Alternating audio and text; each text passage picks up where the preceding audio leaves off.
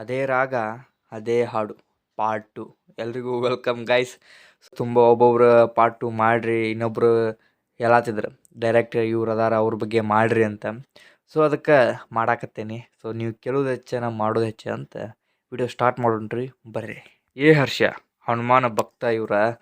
So ಇವ್ರು ಕೊಟ್ಟಿದ್ದ cinema ನೆನ್ಪಿಡ್ರಿ, Bajrangi 2, Vajrakaya ಮತ್ತು ಡಿ ಬಾಸದ ಚಿಂಗಾರಿ. ಇವ್ರು ಮಾಡಿದಂಥ ಈ ಸಿನಿಮಾಗಳು ಭಾಳ ಇಷ್ಟ ಅಂದ್ರೆ ಭಾಳ ಇಷ್ಟ ನನಗೆ.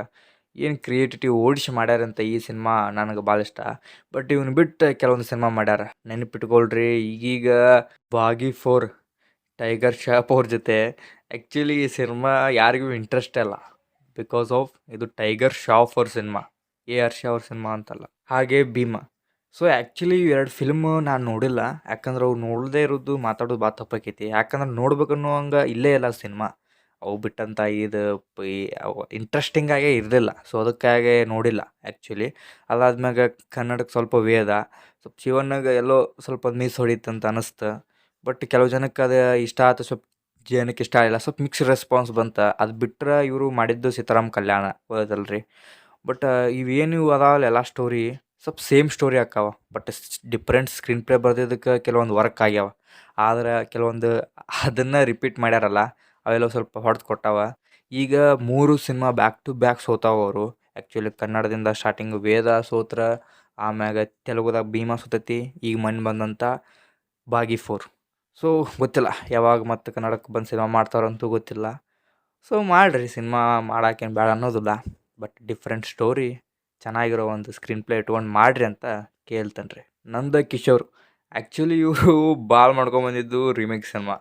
ಗೊತ್ತೈತಿ ನಿಮ್ಗೆ, ರೀಮೇಕ್ ಮಾಡಿದಂಥದ್ದು ಅಧ್ಯಕ್ಷ ಆಗಿರ್ಬೋದು, ವಿಕ್ಟರಿ ಆಗಿರ್ಬೋದು, ರನ್ ಆಗಿರ್ಬೋದು, almost all remake cinema. So ಆ ರೀಮೇಕ್ ಸಿನಿಮಾ ಇವ್ರಿಗೆ ಸ್ವಲ್ಪ ಸಕ್ಸಸ್ ತಂದು ಕೊಟ್ಟಿತ್ತು, ಒಳ್ಳೆ ಡೈರೆಕ್ಟರ್ ಅಂತ.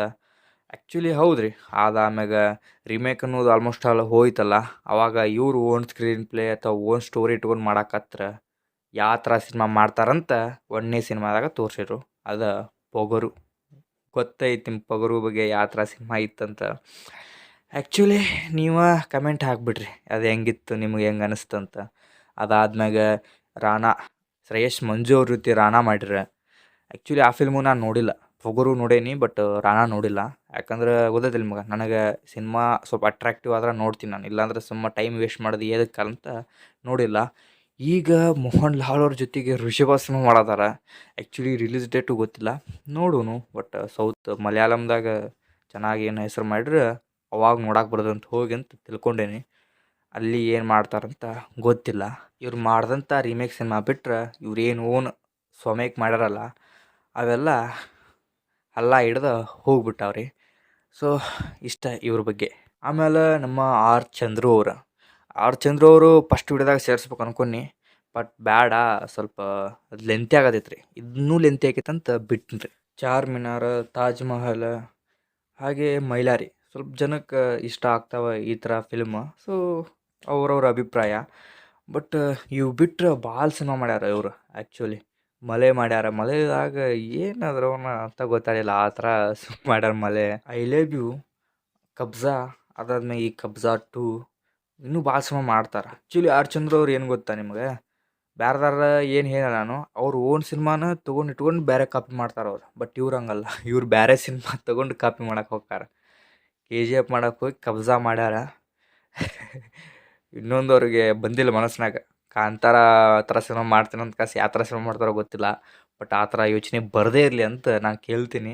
ಅವ್ರದ್ದೇ ಒಂದು ಓನ್ ಸ್ಟೈಲ್ ಸಿನಿಮಾ ಕೊಟ್ಟರು ಚಲೋ ಆಕ್ಕೈತಿ, ಅವ್ರಿಗೆ ಇಷ್ಟ ಆಗೋದಂತ. ಬಟ್ ಅವ್ರ ಥರ ಸಿನಿಮಾ ಮಾಡ್ತೀನಿ, ಇವ್ರ ಥರ ಸಿನಿಮಾ ಮಾಡ್ತೀನಿ ಅಂತ ಅಂದರೆ ಹೊಂಟ್ರೆ ಎಲ್ಲ ಆಗೋದು ಕಬ್ಜಾನ.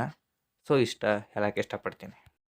ಶೇಖರ್ ಇವ್ರದ್ದು ಭಾಳ ಡಿಫ್ರೆಂಟ್ ಐಡಿಯಾಲಜಿ. ಯಾಕಂದ್ರೆ ವರ್ಷದಾಗ ಒಬ್ಬೊಬ್ಬರು 3 ಸಿನಿಮಾ ರಿಲೀಸ್ ಮಾಡ್ರೆ, ಇವ್ರು ಹಂಗಲ್ಲ, ಒಂದೇ ಸಿನಿಮಾ 3 ಸಲ ರಿಲೀಸ್ ಮಾಡ್ತಾರೆ. ಗೊತ್ತೇ ಆಗೋದಿಲ್ಲ. ರಿಲೀಸ್ ಮತ್ತು ರಿಲೀಸ್ ಮತ್ತೊಮ್ಮೆ ರಿಲೀಸ್. ಗೊತ್ತಿಲ್ಲ, ಇವ್ರಿಗೆ ರೊಕ್ಕ ಬರೋ ಮಟ್ಟ ರಿಲೀಸ್ ಮಾಡ್ಕೊತ ಹೋಗ್ಬೇಡ್ರು ಒಂದೇ ಸಿನಿಮಾ. ಗೊತ್ತಾಗ್ಬಿಡ್ಬೇಕು ಇವರಿಗೆ.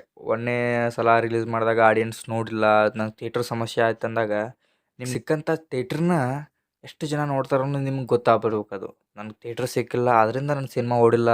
ಸೊ ಇವರು ಮಾಡಿದ ಸಿನಿಮಾ ಒಂದೇ ನನಗಿಷ್ಟ, ಸಂಜು ವೆಟ್ಸ್ ಗೀತಾ. ಅದು ಬಿಟ್ಟರೆ ಇವ್ರು ಭಾಳ ಸಿನಿಮಾ ನಾನು ನೋಡಿಲ್ಲ.